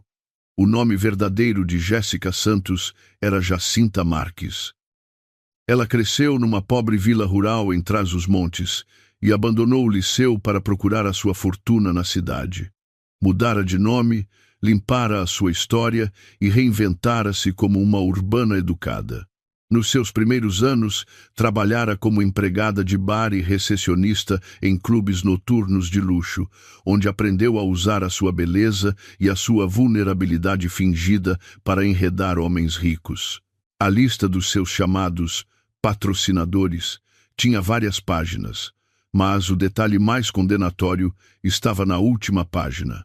O investigador descobrira que, por volta da altura em que Jéssica teria concebido um filho com Miguel, ela também estava intimamente envolvida com um executivo casado muito mais rico, um senhor Dantas, que possuía uma grande empresa de importação e exportação. O relatório incluía várias fotos espontâneas de Jéssica no braço do Sr. Dantas a entrar num hotel de 5 estrelas. As datas nas fotos eram uma prova irrefutável. Tiago fechou o ficheiro. Ele não divulgaria esta informação de uma só vez. Isso seria demasiado fácil. Ele queria que Miguel sofresse o tormento da suspeita, que cavasse pela verdade ele mesmo e que fosse destruído por ela. Ele chamou o seu assistente. Selecione algumas das fotos da menina Santos com outros homens, desfoque os seus rostos e divulgue-as em alguns fóruns de fofocas online. Faça parecer uma típica exposição de vida amorosa confusa. Sim, doutor. Além disso, continuou Tiago, a sua voz baixa e calculista, comece um boato. Insinue que a filha recém-nascida do CEO do Grupo Almeida não se parece nada com ele, que a sua amante foi vista com outro magnata. Deixe que se espalhe pelos círculos de negócios que Miguel costumava frequentar. Quero que chegue até ele, mas tem de parecer natural. Entendido, doutor. Tratarei disso imediatamente. Tiago desligou, virando a sua cadeira para olhar para a cidade a espalhar-se. O tabuleiro de xadrez estava montado. Cada movimento estava sob o seu controle. Miguel Almeida, a tua tragédia apenas começou. Vais pagar por cada lágrima que a Leonor derramou. Os rumores têm pernas e viajam rápido, especialmente numa alta sociedade faminta por fofocas. Em poucos dias, os sussurros chegaram a Miguel Almeida, exatamente como Tiago planeara. Ele estava no seu quarto apertado, quando uma chamada de um antigo conhecido de negócios chegou. Olá, Almeida. És tu? A voz do homem era excessivamente amigável, tingida de schadenfreude. Ouvi dizer que a empresa está com alguns problemas. Estou a resolver, resmungou Miguel. Vamos lá, somos amigos, insistiu o homem, chegando ao ponto. Ouvi um boato desagradável sobre ti. As pessoas estão a dizer que o teu novo bebê não se parece nada contigo. Estão a dizer que a tua secretária andava com o velho Dantas, da empresa de importação e exportação. Claro que eu não acredito. São só pessoas invejosas a falar. Só queria dar-te um aviso, sabes, caso alguém esteja a tentar meter-se com a tua família. Lamento. Clique. Miguel desligou. O seu rosto pálido. Claro que eu não acredito, mas ele sabia que onde há fumo, há fogo. As palavras de Tiago Moreira ecoaram na sua cabeça. Recomendo que faça um teste de ADN. A semente da dúvida, uma vez plantada, brotou numa árvore monstruosa de suspeita, sufocando toda a razão. Ele começou a observar Jéssica mais de perto. Ele notou que sempre que lamentava a sua ruína financeira, os seus olhos brilhavam com aborrecimento, não com simpatia. Ela era irritável e evasiva sempre que ele perguntava sobre o seu passado. A suspeita cresceu até se tornar uma certeza roedora. Ele tinha de saber. Na manhã seguinte, ele disse a Jéssica que ia levar a bebê para as vacinas de rotina. Jéssica, ocupada com uma máscara facial, apenas o dispensou com um aceno. Vai lá e traz-me daquela sopa cara no caminho de volta. Miguel segurou a bebê a examinar o seu pequeno rosto à procura de qualquer semelhança com ele. Não havia nenhuma. Ela não se parecia nada com ele, e nada com Jéssica também. Um arrepio instalou-se no seu coração. Ele não foi à clínica. Foi a um parque tranquilo, arrancou cuidadosamente alguns fios de cabelo finos da cabeça da bebê e alguns seus, selando-os num saco de plástico. Usando o resto do seu dinheiro, foi a um laboratório privado de ADN e solicitou um teste de paternidade anônimo. A espera pelos resultados foi agonizante. Poucos dias depois, enquanto ele dormia, Jéssica mexeu na sua carteira à procura de dinheiro. Encontrou o recibo do laboratório de ADN. As palavras teste de paternidade estavam impressas claramente nele. Smack. A carteira atingiu o rosto de Miguel, acordando-o. O rosto de Jéssica já não era suave e digno de pena. Estava contorcido de fúria. Explica isto, Miguel Almeida. O que é isto? Gritou ela, agitando o recibo. Ele sabia que não podia mais esconder. Sentou-se, a sua voz fria. É exatamente o que parece. Não confias em mim? Achas que ela não é tua filha? Jéssica ficou histérica. Seu desgraçado, és um fracasso. Agora que estás falido, viras-te contra mim e a minha filha. És sequer um homem? Ela atirou-se a ele, a arranhar e a bater. O pequeno quarto tornou-se um campo de batalha. Gritos, o barulho de objetos a caírem e os choros da bebê encheram o ar. Larga-me, rugiu ele, empurrando-a para longe. A farsa acabara. Jéssica sentou-se no chão, a chorar e a praguejar. É isso mesmo. Arrependo-me de ter sido tão estúpida ao seguir um falhado como tu. Desperdicei a minha juventude contigo para quê? Para esta pocilga? Um marido inútil? Arruinaste a minha vida, Miguel Almeida. Uma relação construída sobre mentiras e dinheiro desmoronou-se assim que essas fundações desapareceram. A vida no quarto tornou-se um inferno silencioso e sufocante. E então, o dia do julgamento chegou. Um e-mail aterrou na sua caixa de entrada. Assunto: resultados do teste de ADN. O seu coração parou. A sua mão tremia sobre o rato. Ele clicou para abrir o PDF anexo. Ele rolou diretamente para a conclusão. As palavras a negrito atingiram-no como uma bigorna.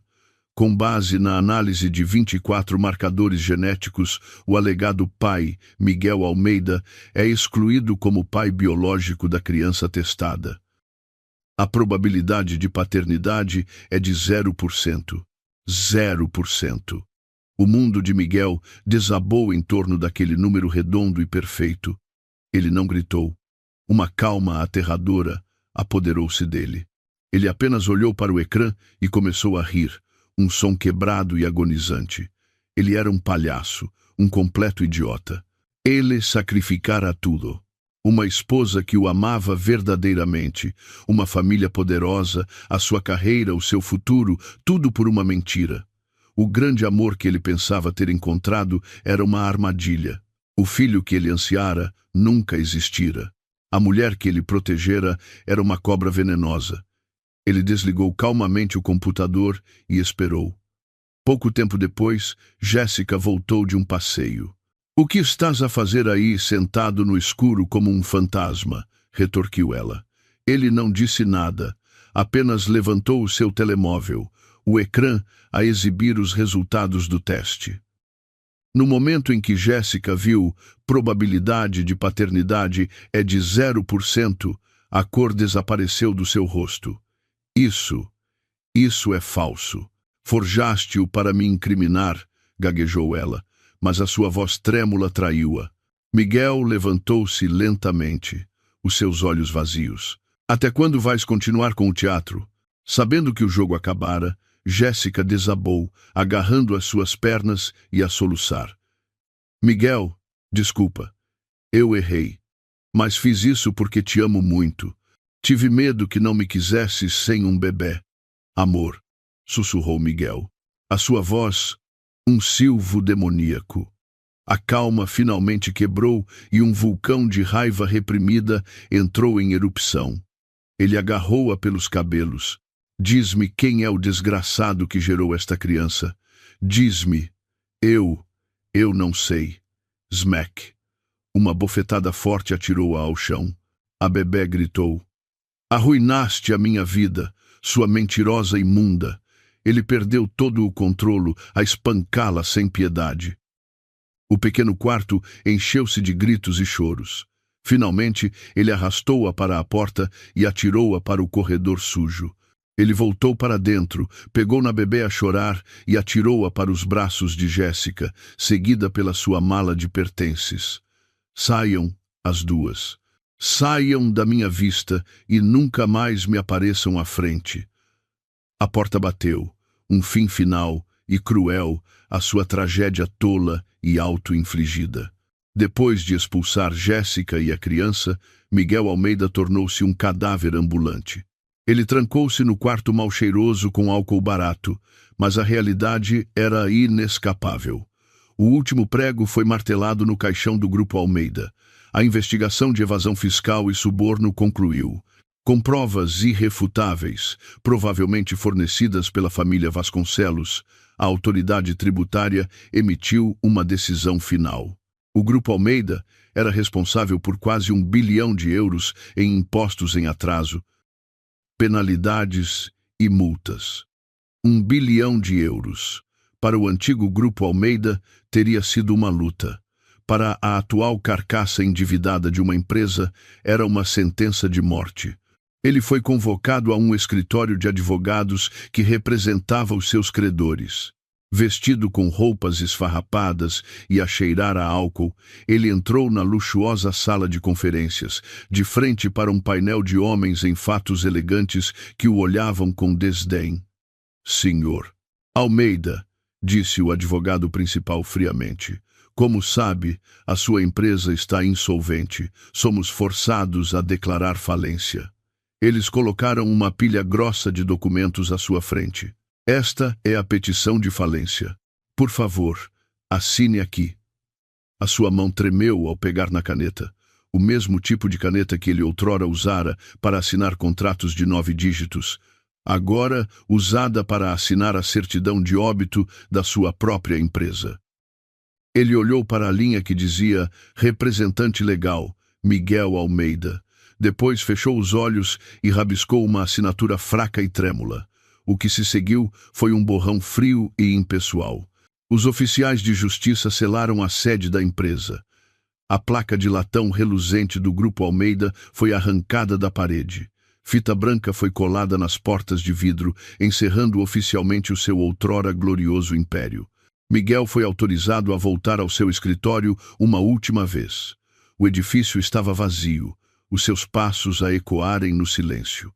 Ele entrou no seu antigo escritório, o símbolo do seu sucesso com a sua vista panorâmica da cidade, onde outrora se sentira um rei. Era tudo apenas cinzas agora. Ele não tinha nada para arrumar. Apenas pegou na única foto da sua secretária, a sua foto de casamento com Leonor. Ela estava a sorrir, um sorriso brilhante e feliz. Ele também estava a sorrir. O sorriso de um vencedor. Ele acariciou o rosto dela na foto e, pela primeira vez no que pareceu uma eternidade, ele chorou. Ele a perdera para sempre. Ao sair do edifício, outra chamada chegou. O banco. A Quinta de Cascais. O seu carro desportivo. Os seus últimos ativos restantes. Todos estavam a ser leiloados para pagar as suas dívidas. Ele era agora oficialmente um sem-abrigo e sem um tostão. Ele estava no meio da multidão movimentada de Lisboa, perdido e invisível. Ele caíra do pico mais alto para o abismo mais profundo, e ele sabia que isto ainda não era o fim. O quarto que Miguel alugara ficava num beco escuro e úmido, num canto esquecido da cidade, um lugar para trabalhadores migrantes e sonhos desfeitos. O ar era denso, com o cheiro a gordura, mofo e desespero. Para um homem que vivera numa mansão em Cascais, esta era a derradeira humilhação. Ele estava 3 dias atrasado na renda. Naquela manhã, ele foi despertado por uma batida violenta na porta. Bang! Bang! Bang! Almeida, seu caloteiro, abra esta porta. Era a sua senhoria, uma mulher grande e agressiva. Ele abriu-a relutantemente. "O que é todo este barulho?" resmungou ele, a tentar agarrar-se a um último vestígio de dignidade. Ela pôs as mãos nas ancas. "O barulho? Estás 3 dias atrasado com a renda. Estás a planear fugir? Eu pago. Dê-me só mais alguns dias." Mentiu ele fracamente. "Mais alguns dias?" gargalhou ela. "Ouvi falar de ti. O CEO falido, um verdadeiro vagabundo. Onde vais arranjar o dinheiro? Vais roubá-lo." As suas palavras foram como bofetadas na sua cara. Ele corou de raiva, mas não conseguiu dizer uma palavra. "Não me interessa", declarou ela. "Sem dinheiro hoje, sais. Não estou a gerir uma instituição de caridade para falhados como tu." Ela invadiu o quarto e começou a atirar os seus magros pertences, algumas roupas esfarrapadas, um cobertor fino para o corredor. Sai e não voltes. Miguel ficou congelado a observar a sua vida a ser deitada fora como lixo. Ele, um homem que outrora comandara salas de reuniões, estava a ser despejado e humilhado por uma senhoria de um bairro de lata. A cruel ironia era uma dor pior do que perder a sua fortuna. Vai arrepender-se disto, sibilou ele. Uma ameaça vazia. Sim, estou a tremer de medo, escarneceu ela, batendo e trancando a porta. Ele ficou no corredor sujo com a sua pilha de lixo, objeto dos olhares piedosos e desdenhosos dos seus vizinhos. Ele arrumou silenciosamente as suas coisas num saco rasgado e saiu do beco. Ele não tinha para onde ir. Ele era agora oficialmente um sem-abrigo nas ruas de Lisboa. Os dias que se seguiram foram um inferno. Ele vagueava pelas ruas durante o dia, misturando-se com as multidões para esconder a sua vergonha. À noite, dormia debaixo de pontes ou em parques. Comia comida descartada dos caixotes do lixo dos restaurantes, a lutar com cães vadios por restos. Ele era um verdadeiro vagabundo, imundo, esfarrapado e mal-cheiroso. Mas no fundo do seu desespero, uma ideia desesperada tomou conta dele. Leonor, só ela me pode salvar. Se ela apenas tivesse pena dele, talvez ele pudesse ter uma segunda oportunidade. Ele juntou algumas moedas e foi a uma biblioteca pública. Pesquisou o nome dela. Os resultados foram impressionantes. Ela não era apenas a neta de um político. Era a brilhante CEO de uma nova empresa de tecnologia de enorme sucesso, uma estrela em ascensão na indústria. A sede da sua empresa era uma torre de vidro reluzente no distrito financeiro, um monumento ao poder e à riqueza que ele deitara fora. Ele foi lá durante dias. Escondeu-se do outro lado da rua a observar, a aprender a sua rotina. Hoje, ele faria a sua jogada. Esperou durante horas, o estômago a doer de fome. Finalmente, o seu Maybach preto saiu da garagem subterrânea. Era ela. Sem pensar, ele correu para o trânsito, a correr diretamente para o carro. Screech. O carro parou a centímetros dos seus joelhos. 2 guarda-costas de fato preto saíram de um SUV que o seguia em segundos, agarrando-o. Que raio pensas que estás a fazer? Miguel não resistiu. Ele apenas olhou para o vidro traseiro fumado, onde sabia que ela estava sentada. E então, ele fez o impensável. Ele caiu de joelhos. O homem orgulhoso que outrora olhava de cima para o mundo estava agora ajoelhado no pavimento frio e duro. Leonor! Leonor! Eu sei que estás aí dentro. Por favor, fala comigo! Gritou ele, a sua voz rouca e desesperada. As pessoas pararam para olhar. Os carros buzinaram. As lágrimas escorriam pelo seu rosto. Leonor, eu errei. Eu sei que errei. Fui um monstro. Perdoa-me. Por favor, dá-me mais uma oportunidade. Ele chorou, a bater com a cabeça no chão até a sua testa ficar machucada e a sangrar. Bate-me. Grita comigo. Faz o que quiseres. Só não me ignores. Não consigo viver sem ti, Leonor. Os seus apelos patéticos ecoaram pela rua movimentada, mas a porta do carro permaneceu fechada, tão fria e silenciosa como o coração da mulher lá dentro.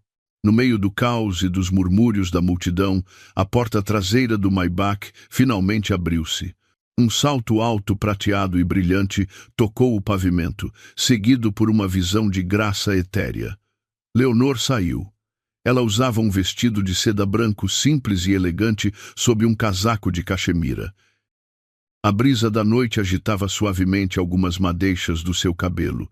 Sob as luzes da rua, o seu rosto era de uma beleza desoladora, mas tão frio e remoto como uma estátua de mármore. Ela olhou para o homem miserável ajoelhado a seus pés, um contraste cruel e perfeito das suas novas realidades. Tiago Moreira saiu do lado do passageiro, permanecendo silenciosamente ao seu lado, um guardião leal. Miguel olhou para cima através das suas lágrimas.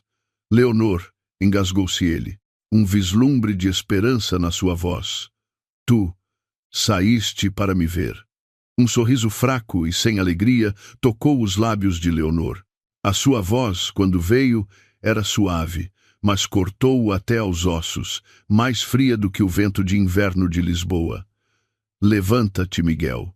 Estás a sujar o passeio.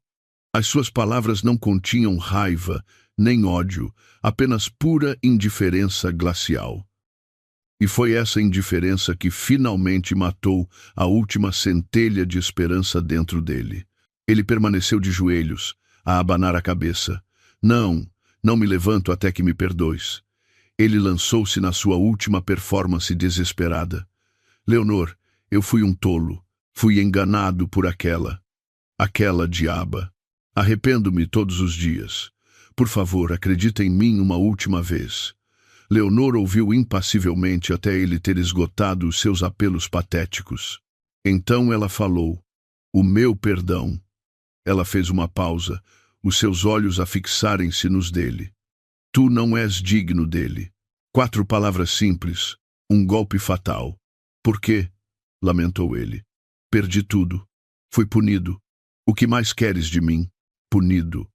Leonor soltou um riso suave e triste com a sua tolice. Miguel, tu ainda não entendes. Tudo o que te aconteceu não é por minha causa. É a consequência da tua própria crueldade, das tuas próprias escolhas.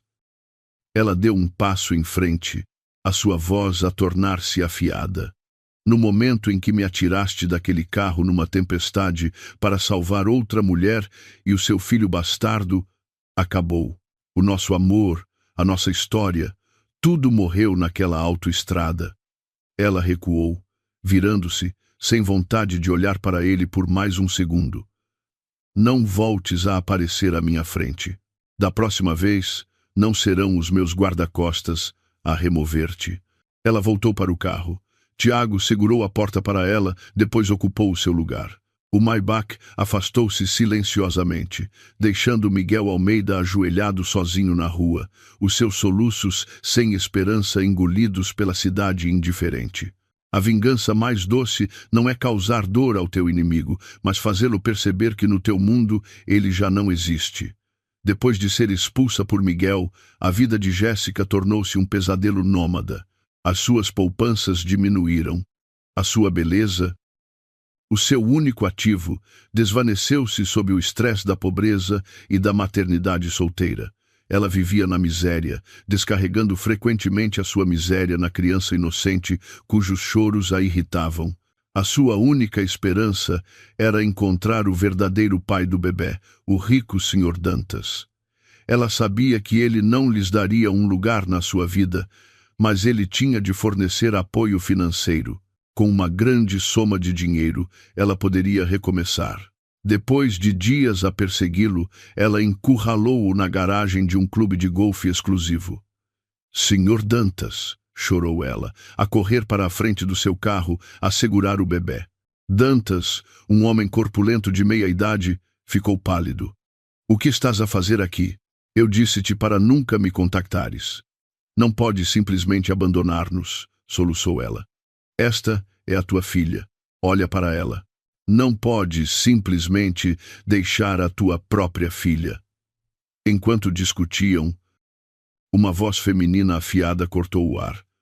Ah, a sério? Um lugar na vida dele? Tens uma lata sua. Uma mulher extravagantemente vestida, a pingar diamantes, estava atrás deles, flanqueada por 4 homens grandes e de ar ameaçador. Era a senhora Dantas, uma mulher conhecida pela sua impiedade. Querida, gaguejou Dantas a tremer. Smack, ela deu-lhe uma bofetada forte na cara. Não me venhas com querida, seu porco traidor. Depois, ela virou o seu olhar venenoso para Jéssica. E tu, atreves-te a seduzir o meu marido e a tentar extorquí-lo com uma criança? Jéssica recuou, aterrorizada. Minha senhora, por favor, não é nada disso. O bebê é inocente. Não me interessa se o bebê é inocente, mas sei que tu não és. Escarneceu a senhora. Dantas, usas essa cara bonita para destruir famílias, não é? Ela fez um gesto aos seus capangas, que agarraram Jéssica, ignorando os seus gritos. Bem, Hoje vou tirar-te essa cara. Vamos ver quem consegue seduzir então. Da sua mala, ela tirou um x-ato afiado como uma navalha. Não, por favor, não faça isso, gritou Jéssica. Mas era demasiado tarde. Com uma mão fria e firme, a senhora Dantas cortou a lâmina pela bochecha de Jéssica, um jorro de sangue, um grito horrível, e acabou. Ela limpou calmamente a lâmina, atirou o bebê a chorar de volta para a Jéssica caída e saiu com a sua comitiva, deixando Jéssica a contorcer-se numa poça do seu próprio sangue. A sua beleza, a arma que ela brandira toda a sua vida, desaparecera para sempre. O seu futuro seria de dor, vergonha e pesadelos intermináveis. Debaixo de um viaduto de autoestrada, Miguel Almeida tremia num casaco esfarrapado. Ele estava esquelético, assombrado. Fazia 2 dias que não comia. Todo o orgulho desaparecera, substituído pela necessidade primordial de sobreviver. Ele cambaleou em direção a um mercado noturno próximo, não para comprar comida, mas para vasculhar os caixotes do lixo atrás das bancas. Enquanto remexia numa pilha de lixo, viu uma figura familiar encolhida num canto escuro. Era Jéssica. Ela parecia ainda pior do que ele. Uma cicatriz horrível e irregular descia pelo lado do seu rosto. Os seus olhos estavam vazios, cheios de uma luz morta e odiosa. Ela estava a pedir esmola, mas a sua desfiguração assustava as pessoas. Uma jovem simpática teve pena do bebê a chorar e deu a Jéssica um pão quente. Os olhos de Miguel iluminaram-se com uma fome animal. Ele atirou-se. "Dá-me isso", rosnou ele, a tentar arrancar o pão. Jéssica agarrou-o protetoramente. "Não, é meu. Afasta-te. Estou a morrer de fome. Dá-mo." Uma briga patética e feia irrompeu no pavimento sujo. As 2 pessoas que outrora planearam um futuro juntas, agora arranhavam-se e amaldiçoavam-se por um único pedaço de pão. "Arruinaste a minha vida", gritou ela, a arranhar-lhe a cara. "Mentiste-me. Foste tu que me arruinaste", gritou ele, a puxar-lhe os cabelos. Eles rolaram no chão como animais selvagens, até que 2 seguranças correram a espancá-los com cacetetes. "Saiam daqui, seus vagabundos malucos." Doloridos e derrotados, eles levantaram-se e fugiram em direções opostas. 2 figuras miseráveis a desaparecerem nos becos escuros e implacáveis da cidade. O seu amor pecaminoso encontrara o seu fim sórdido e lamentável. 1 ano depois, as folhas de outono em Lisboa estavam de um dourado brilhante. Numa casa de chá tranquila e elegante, Leonor Vasconcelos sentou-se em frente a Tiago Moreira. Nos anos desde o seu divórcio, ela assumira o leme da divisão de tecnologia da sua família e, através da sua própria genialidade e determinação, transformara-a numa potência global. Ela era uma líder respeitada e formidável. Ao longo de tudo isso, Tiago fora uma presença silenciosa e constante, um amigo, um confidente, um parceiro. A relação deles crescera lentamente, naturalmente, construída sobre uma base de profunda confiança e compreensão. Ele pegou na sua mão o seu toque quente e firme.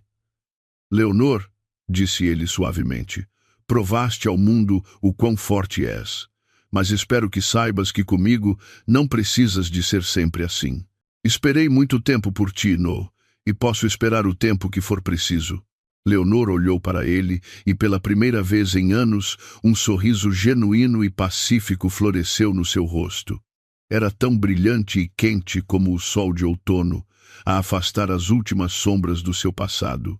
Na manhã seguinte, de volta ao seu deslumbrante escritório de CEO, Leonor reviu um briefing de notícias diário que o seu assistente preparara. Os seus olhos percorreram as manchetes. Uma cimeira global, flutuações do mercado de ações, um novo projeto de infraestruturas da cidade. Depois, um pequeno artigo escondido no canto da secção de notícias locais chamou-lhe a atenção. A manchete dizia: "Indivíduo sem abrigo detido por perturbação da ordem pública." O curto texto afirmava que um homem sem abrigo, Miguel Almeida, fora detido por furto e por causar distúrbios. Notava que ele parecia sofrer de instabilidade mental relacionada com o alcoolismo crônico. Leonor leu o nome que outrora estilhaçara o seu mundo, e não sentiu nada, nenhuma satisfação, nenhuma pena, nenhuma raiva, absolutamente nada. Ele era apenas um nome num jornal, um pedaço de trivialidade social irrelevante, menos importante do que uma pequena flutuação no mercado de ações. A vingança final, o fim mais completo, é esquecer. Relegar alguém tão completamente para o passado que ele deixa de existir no teu presente. Leonor virou calmamente a página, a sua mente já a avançar para a estratégia da sua empresa para o próximo trimestre. Ela levantou-se e caminhou até a janela do chão, ao teto, a olhar para o sol, a pôr-se sobre a cidade cintilante. Um futuro brilhante e infinito a aguardava. O passado estava finalmente, verdadeiramente, para trás.